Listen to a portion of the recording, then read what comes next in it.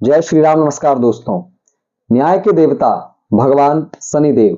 वैसे तो भगवान शनि न्याय के देवता हैं, लेकिन दोस्तों जब शनि की महादशा, शनिदेव की महादशा, अंतरदशा, प्रत्यांतर दशा, किसी प्रकार की दशा जब जीव पर आती है, उस समय जब वह जीव असत्य का पालन और न्याय सम्मत कर्म नहीं करता, उस समय उस महादशा में जातक बहुत परेशान होता है। इसी के लिए दोस्तों आज इस वीडियो में एक शास्त्र प्रमाणिक ऐसी गाथा जो स्वयं महर्षि दधीच के पुत्र पिप्पलाद जी ने भगवान शनि के लिए और ब्रह्मा जी से सुंदर दो वरदानों के माध्यम से किस प्रकार से शनि की महादशा में, जब शनि की महादशा आप पर चल रही हो, उस समय आप किस प्रकार से मुक्ति प्राप्त कर सकते हैं, ये सुंदर गाथा कथा आज हम इस वीडियो के माध्यम से जानने वाले हैं। दोस्तों आप इस वीडियो पर बने रहें। तो मित्रों, शनिदेव की महादशा, एक बार क्या होता है दोस्तों, पौराणिक कथा अनुसार एक समय जब शमशान में महर्षि दधीच, जिन्होंने अस्थियों का दान देकर के देवताओं को असुरों से विजय श्री दिलवाई,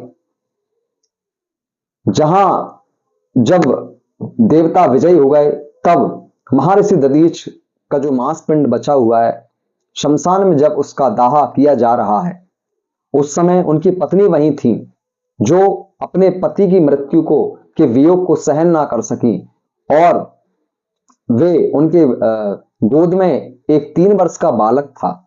उस बालक को पास में ही एक पीपल के कोटर में उन्होंने वहां उसको रख दिया, और वे भी उस चिता में जल करके सती हो गई। दोस्तों इधर दधीची और उनकी पत्नी दोनों ईश्वर लीन हो गए।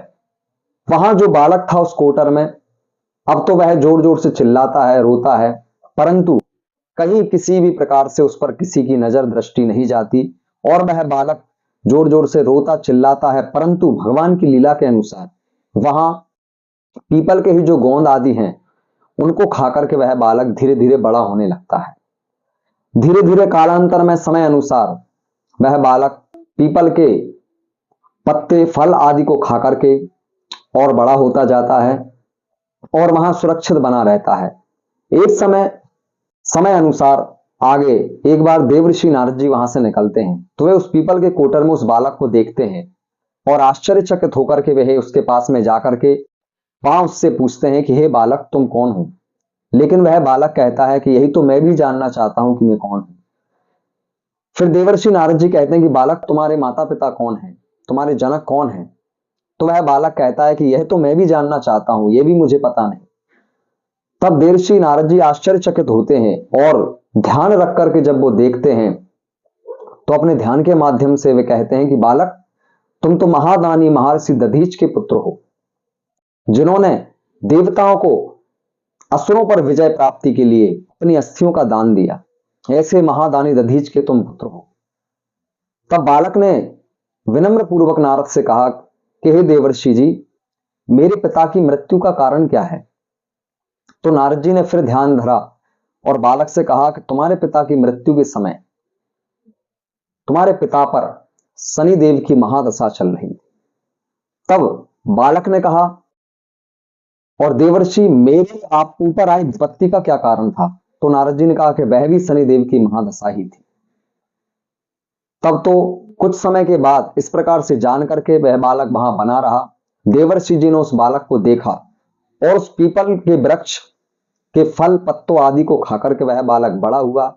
इसलिए उस बालक को नारद जी ने पिप्पलाद नाम दिया और उसको दीक्षित किया, और उसे गुरु मंत्र देकर के दीक्षित करके वहां से नारद जी चले जाते हैं।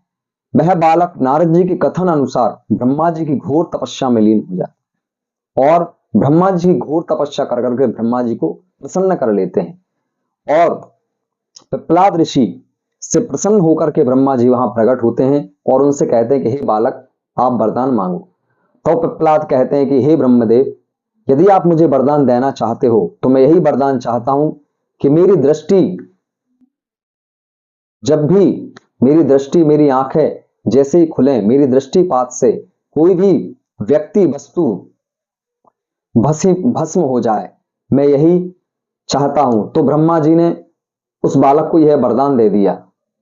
अब तो वह वरदान पाकर के पिप्पलाद जो थे, उन्होंने सबसे पहले शनिदेव का आवाहन किया मंत्रों के द्वारा। जैसे ही शनिदेव वहां प्रकट हुए, तैसे ही पिप्पलाद ने अपनी आंखों को खोला और शनिदेव जलने लगे। यह देख करके तो सारे समस्त चराचर जगत में, सारी प्रकृति में, अंतरिक्ष में कोलाहल मच गया और समस्त देव आदि आकर के अपने अपने यत्नों के अनुसार शनिदेव को बचाने का प्रयास करने लगे, परंतु सब विफल रहे। वहां भगवान सूर्य भी अपने पुत्र के इस दशा को देख ना सके और वे भी तरह तरह का प्रयास करते रहे और आखिर में वे ब्रह्मा जी के पास पहुंचे और ब्रह्मा जी से कहा कि अब आप मेरे बालक की रक्षा कीजिए। तब ब्रह्मा जी स्वयं वहां आए और शनिदेव पर दृष्टिपात जारी है। यहां ब्रह्मा जी ने पिप्पलाद को समझाया, लेकिन पिप्पलाद नहीं माना। आखिर में ब्रह्मा जी ने कहा कि बालक, तुम नादान हो, तुम चिंता मत करो, तुम ये सब त्यागो, मैं तुम्हें एक के बदले 2 वरदान देता हूं, तुम मांगो, लेकिन तुम ये छोड़ दो। तब बालक पिप्पलाद प्रसन्न हुए और उन्होंने कहा कि ठीक है ब्रह्मा जी। और उन्होंने कहा कि ब्रह्मा जी, यदि आप मुझे 2 वरदान देना चाहते हैं तो पहला वरदान मैं यह चाहता हूं कि 5 वर्ष का जो बालक है, वहां पर शनि की किसी भी प्रकार की दशा, किसी भी प्रकार से शनि का कोई प्रभाव उस बालक पर ना हो, जिससे कि मेरे जैसा वो अनाथ ना हो।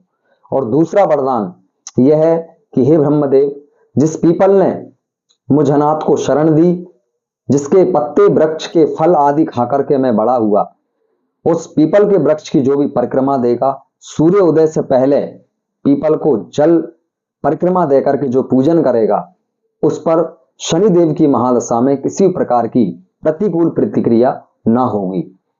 ऐसा कहकर के ब्रह्मा जी ने कहा कि तथास्तु, और तथास्तु कहकर के ब्रह्मा जी वहां से अंतर्ध्यान हो गए। इधर पिप्पलाद ने जो है भगवान शनिदेव के पैरों को क्षतिग्रस्त किया, आघात कर करके, और उनको वहां से छोड़ दिया। इधर शनिदेव जो है पैरों से, जब उनके पैर क्षतिग्रस्त हो गए, इसलिए शनिदेव की जो गति है वो धीमी हो गई। धीरे धीरे शनिदेव चलने लगे, जिसके कारण शनि की गति बहुत धीमी हो गई। इधर शनिदेव जो जल गए थे, उसके कारण उनका शरीर जो है काला हो गया। इसलिए भगवान शनिदेव के काले स्वरूप की पूजन और पीपल के वृक्ष का पूजन, परिक्रमा, जल आदि को चढ़ाना, ये भगवान शनिदेव की महादशा में विशेष लाभकारी है। दोस्तों, ये शास्त्र प्रमाणिक गाथा है जो स्वयं पिप्पलाद, जिन्होंने की एक प्रश्न नाम का उपनिषद रचित किया, प्रश्न नाम के उपनिषद की रचना की, जो बहुत ही ज्ञानवर्धक है। आप सभी भी इसको अवश्य पढ़ें।